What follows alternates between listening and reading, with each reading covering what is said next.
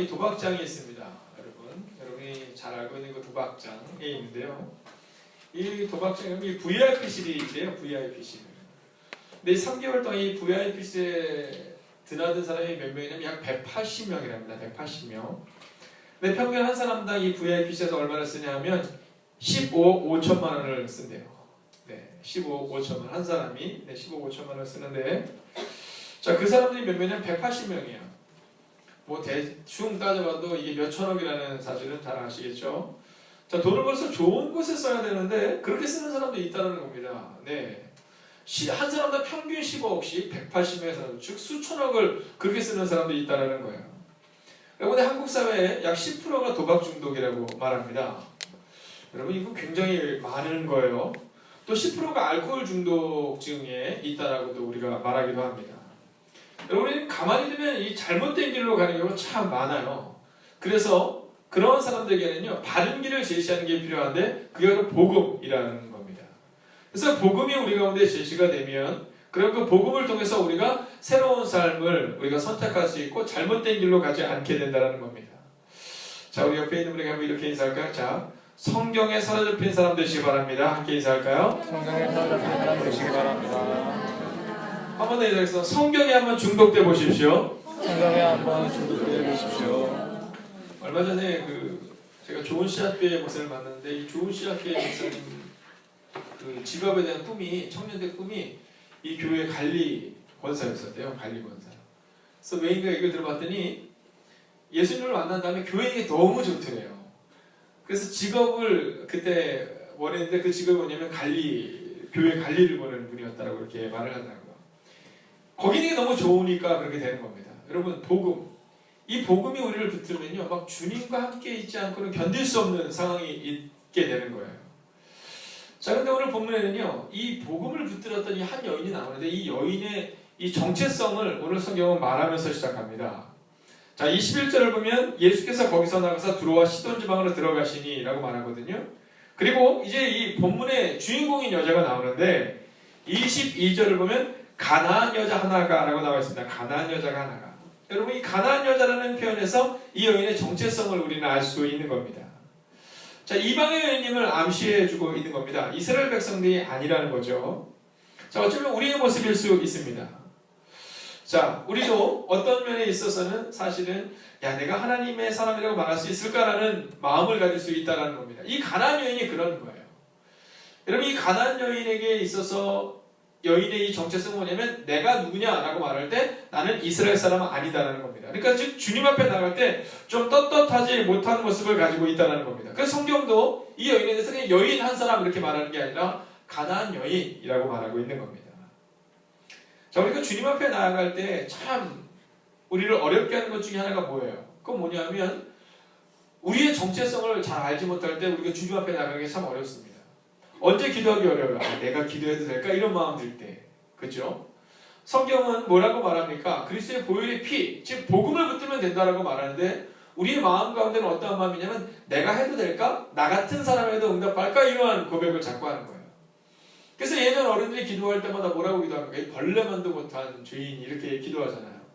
근데 본인이 벌레만도 못한 죄인이라고 기도하는 건 괜찮은데 목사님을 위해서 기도할 때도 벌레만도 못한 우리 목사님 이렇게 기도하시는 분도 가끔 있으시거든요. 그때마다 좀 생각하죠. 내가 이렇게 벌레만도 못한가? 라는 생각을 하는데 왜 이런 고백을 자꾸 하냐면 우리의 마음 가운데 이 정체성이 분명하지 않기 때문이에요. 복음을 붙들고 있지 않기 때문이라는 겁니다. 자, 오늘 여러분들도 마찬가지일 거예요. 내 기도가 응답될까? 여러분, 이 갈렙은요, 약속의 땅 가나안에 들어가기까지 몇 년이 걸려면 40년이 걸렸어요. 근데 40년 동안 이 갈렙에게 있어서 변하지 않는 것 한 가지가 있는 게 뭐냐면 확신이었어요. 확신. 여러분, 나는 약속의 땅에 들어갈 것이다. 왜냐하면 여호와 하나님이 나와 함께 하시면 나는 그 땅에 들어간다는 그 확신을 그는 애굽에서부터 시작해서 가나안 땅에서 앞에서의 1차 실패, 그리고 나서 40년 동안 그 마음이 변개치 않은 거예요.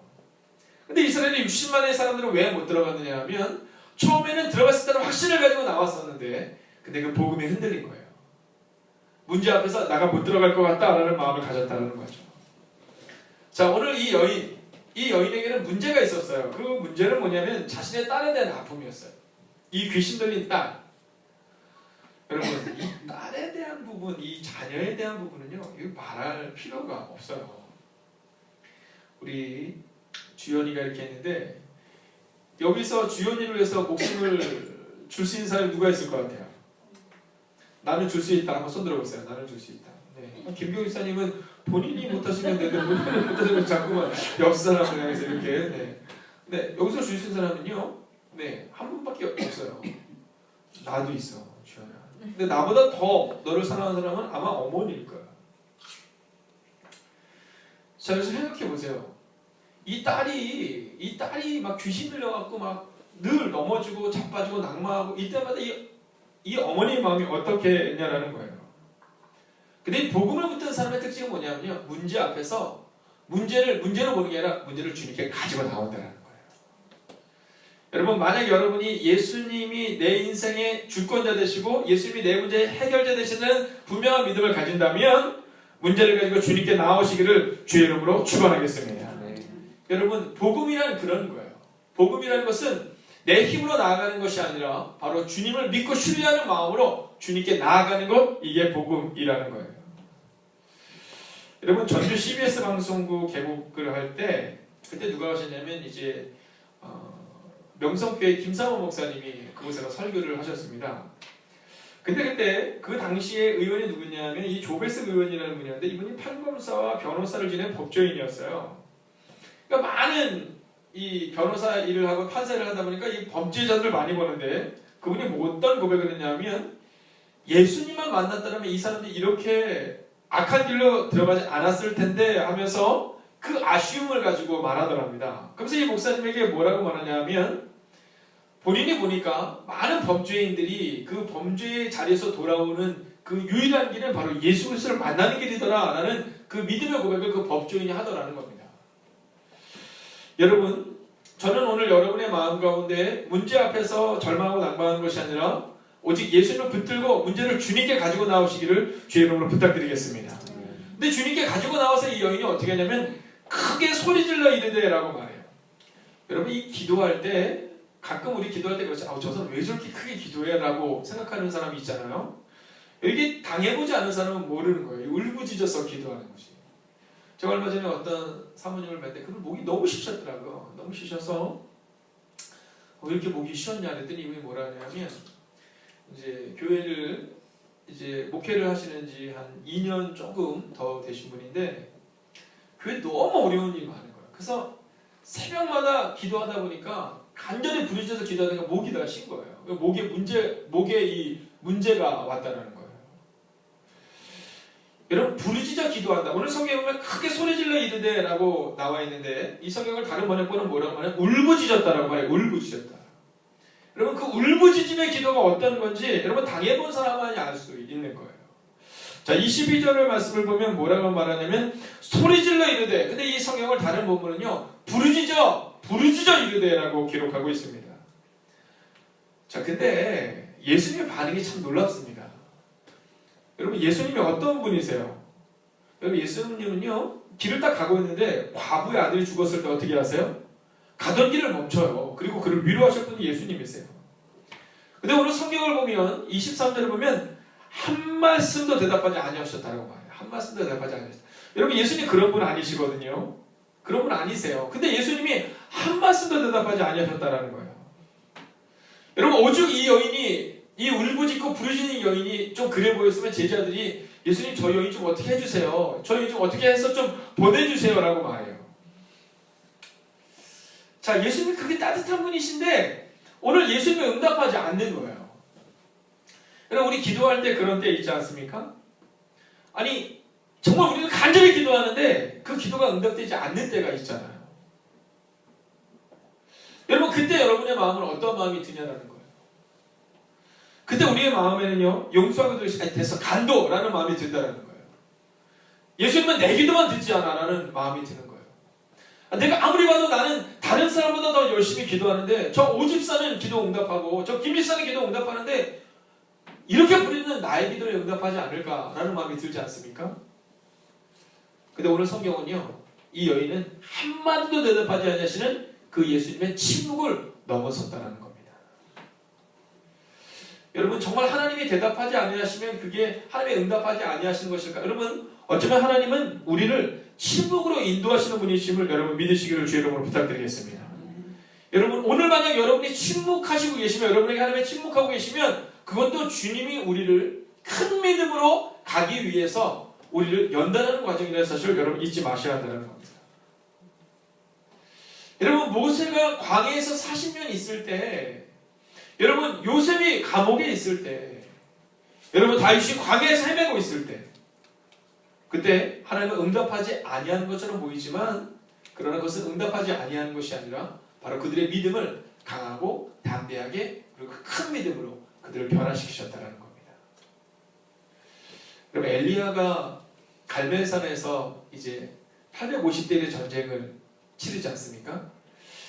그때 이 바알과 아세라를 섬기는 그 사람들은요 막 자기 몸을 자해하면서 막 기도하는데 하나도 은혜가 나타나잖아요. 근데 그때 이 엘리야가 어떻게 하냐면 물을 갖다 부라고 얘기해요. 물을 갖다가 부으라고.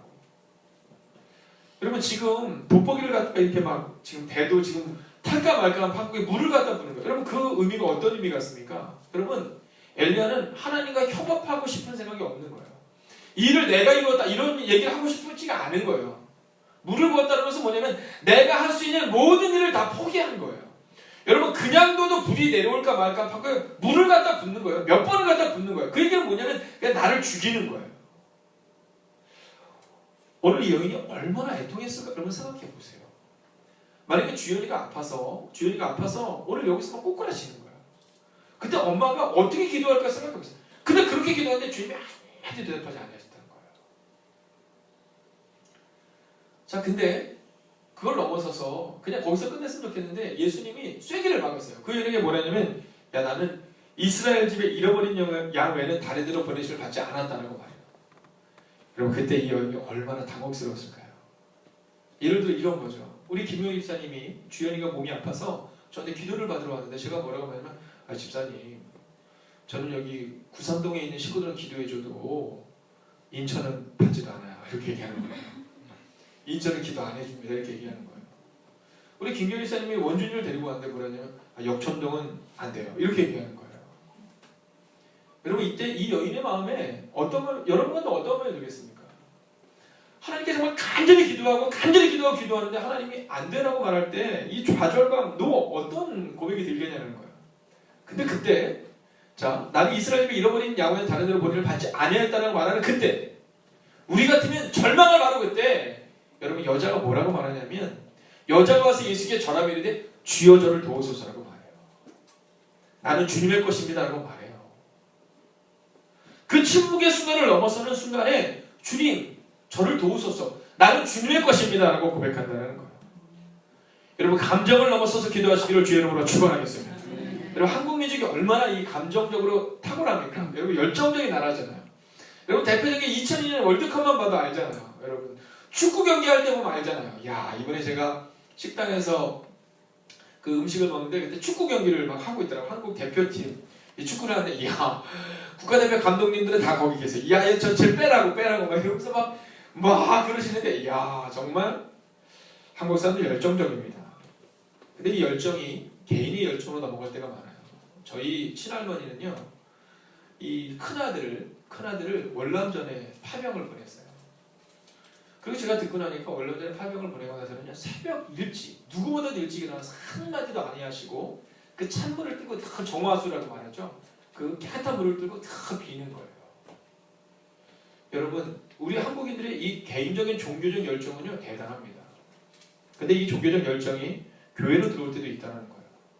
간절히 기도하는 것 저는 이것이 좋지만 어쩔 때는요 이게 하나님을 바라보는 열정적인 기도인지 아니면 내 감정인지를 우리가 가끔 헷갈려 한다는 거예요. 그리고 내 감정이 쓰러지고 나면요 내가 언제 기도했냐는 듯이 예배의 자리를 팽개치고 기도의 자리를 팽개치는 우리의 모습을 보게 된다는 거죠. 여러분 이 여인을 보세요. 감정이 아니었던 거예요. 간절히 부르짖는 그 부르짖음이 감정이 아니라 정말 믿음이었다는 거예요. 이게 복음이라는 거죠.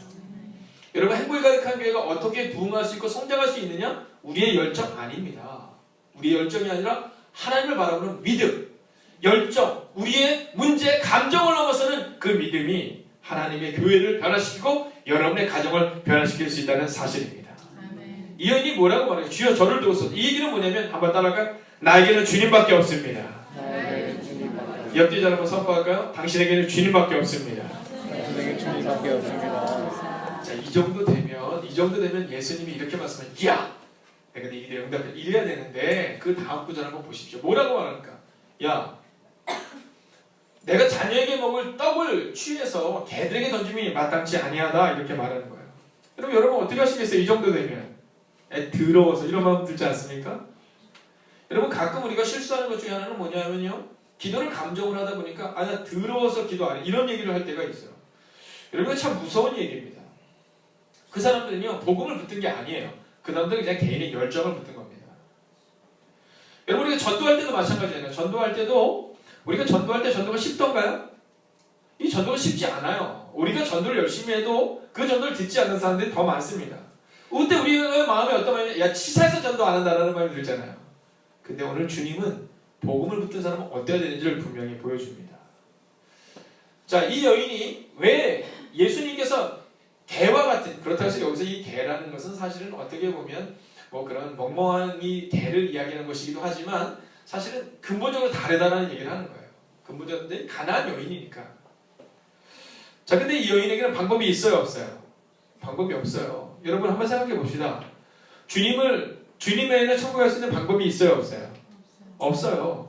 그럼 우리가 전도 대상자들에게 전도를 할 때 어떤 마음으로 전도해야 되냐면 그리스도에는 방법이 없다라는 마음을 가진다면 전도하지 않고는 견딜 수 없는 거예요. 근데 우리의 마음은 사실은 그 분명을 하시는 복음이 좀 없는 거예요. 에이 뭐 주님 안 계셔도 저 사람은 살만하니까 이런 마음이 있기 때문에 사실은 그에게 복음을 전하지 않는 거예요.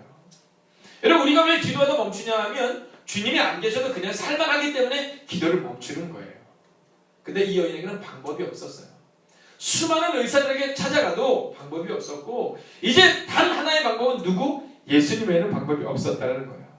여러분 조금 하다가 내 마음에 안 들면 감정을 이기지 못해서 포기하는 것이 아니라 이 여인은 이렇게 말해요. 주여 올소이다마는 개들도 제 주인의 상에서 떨어지는 부스러기를 먹습니다라고 말합니다. 여러분 이게 진정한 감정을 넘어서는 은혜다라는 거죠. 근데 여기서 아주 중요한 이 메시지가 하나 나옵니다. 그건 뭐냐면 부스러기를 먹나이다라고 말해요.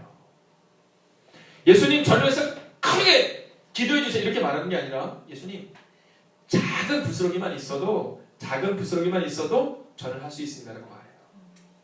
여러분 복음은 이런 겁니다. 우리의 큰 열정이 아니라 주님의 작은 은혜가 저자씨만한 믿음이 놀랍고 위대한 일을 이룬다라는 겁니다. 자, 여러분 이 작은 은혜를 주님께 구하시기를 주의 이름으로 축원하겠습니다. 여러분 우리가 수협에 나오는 이유가 뭡니까? 이 작은 은혜를 구하는 거잖아요. 여러분 이 수협에 나올 때 저는요 이 수협에를 올라올 때마다 가슴이 떨립니다. 정말 가슴이 떨려요. 왜냐하면 여러분이 어떻게 나올지 알거든요.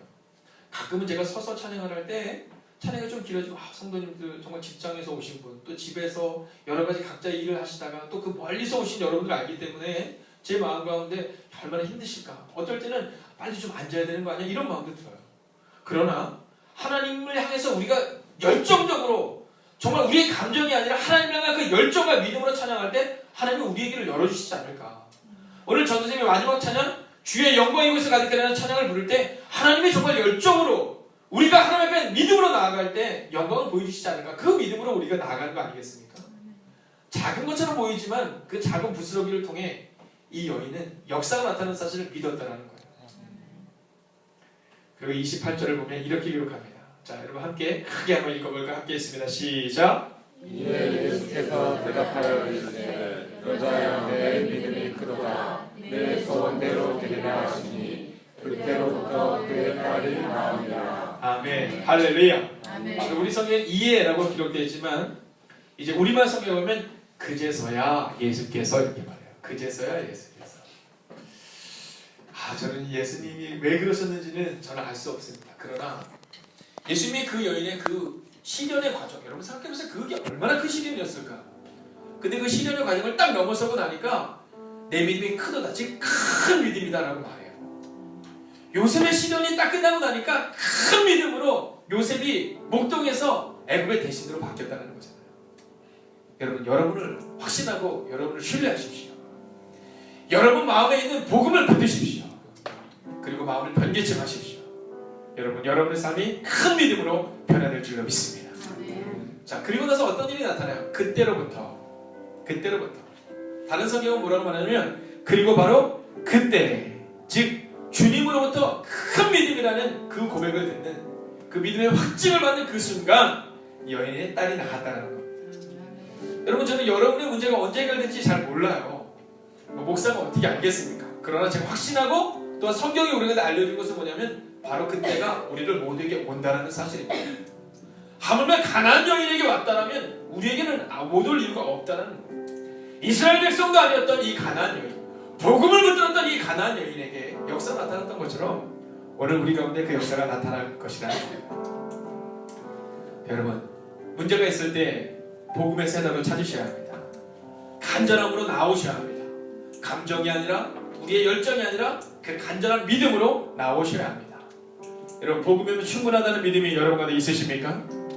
이 가나안 여인의 삶 가운데 복음이면 충분하다는 믿음, 그 작은 부스러기 하나만으로도 내 딸이 낳을 수 있다는 그 분명한 확신이 그의 딸을 낳음을 얻게 한 것처럼 오늘 여러분의 삶 가운데 놀랍고 위대한 일이 나타날 줄로 믿습니다. 여러분, 미국의 가장 위대한 대통령 누구예요? 링컨이잖아요. 근데 이 링컨만큼 그 국가에서 기도회를 많이 제정한 사람이 없답니다. 여러분, 가장 위대한 대통령, 가장 고난을 많이 겪던 대통령, 그가 링컨이잖아요. 그런데 그에게 있어서 또 한 가지 특징이 뭐냐면 어떤 대통령보다도 가장 기도회를 많이 제정했고요. 문제만 생기면 국민들에게 기도하라고 말했대요. 제가 그 글을 읽으면서 느낀 것이 있습니다. 나도 이제 문제만 생기면 성도에게 기도하라고 부탁해야겠다라는 마음이 들더라고요.